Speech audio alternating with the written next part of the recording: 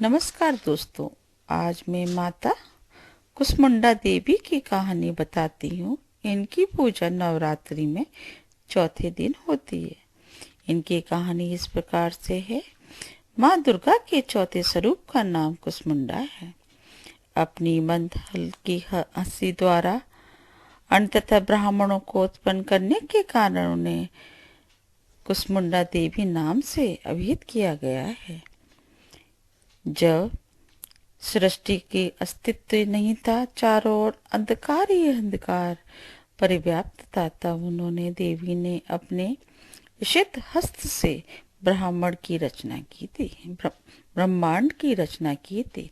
अतः यही सृष्टि की आदि स्वरूप, आदि शक्ति है। इनके पूर्ण ब्रह्मांड का अस्तित्व था ही नहीं। इनका निवारण सूर्यमंडल के भीतर के लोक में है। सूर्य काल में निवास कर सकने की क्षमता और शक्ति केवल उन्हीं में है। उनके शरीर की कांति और प्रभाव भी सूर्य के समान देव्यमान और भस्म है। उनके तेज की तुलना इन्हीं से की जा सकती है। अन्य कोई भी देवी देवता उनके तेज और प्रभाव की समता नहीं कर सकते। इन्हीं के तेज तथा प्रकाश से दसों दिशाएं प्रकाशित हो रही हैं। ब्रह्मांड की सभी वस्तुएं और प्राणियों में अवस्थित तेज इन्हीं की छाया है। इनकी 8 भुजाएं हैं, अतः ये अष्टभुज देवी के नाम से भी विख्यात हैं। इनके 7 हाथों में क्रमशः कमंडलु, धनुष, वाण, कमल पुष्प, अमृतपूर्ण कलश, चक्र, गदा है।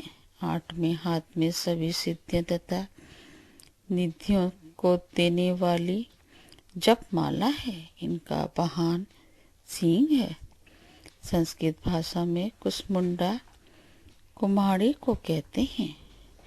बालियों में कुम्हाड़ी की बलि इन्हें सर्वाधिक प्रिय है। इस कारण से ही ये कुसमुंडा कही जाती हैं।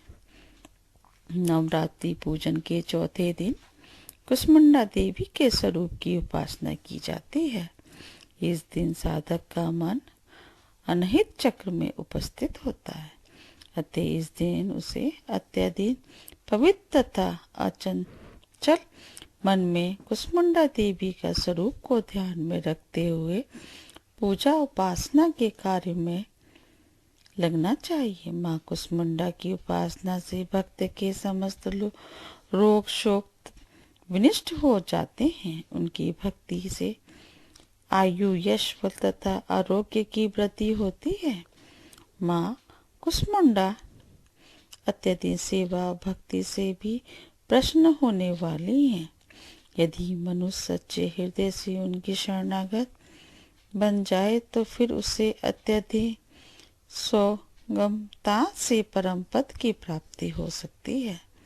हमें चाहिए कि हम शास्त्र तथा पुराणों में वर्णित विधि विधान के अनुसार माँ दुर्गा की उपासना भक्ति के मार्ग पर अग्रसर रहना चाहिए। माँ के भक्त मार्ग पर कुछ भी कदम आगे बढ़ने पर भक्त साधक को उनकी कृपा से सूक्ष्म अनुभव होने लगता है। यह दुख स्वरूप संसार उनके लिए अत्यधिक सुखद तथा सुगम बन जाता है।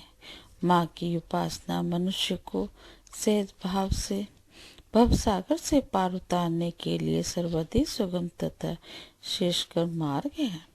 माँ कुसमुंडा की उपासना मनुष्य को अध्यय व्याधियों से सर्वथा विमुक्त करके उसे सुख, समृद्धि और उन्नति की ओर ले जाने वाली है। अत्यधिक लौकिक तथा परलौकिक उन्नति चाहने वालों की उनकी उपासना में सदैव तत्पर रहना चाहिए।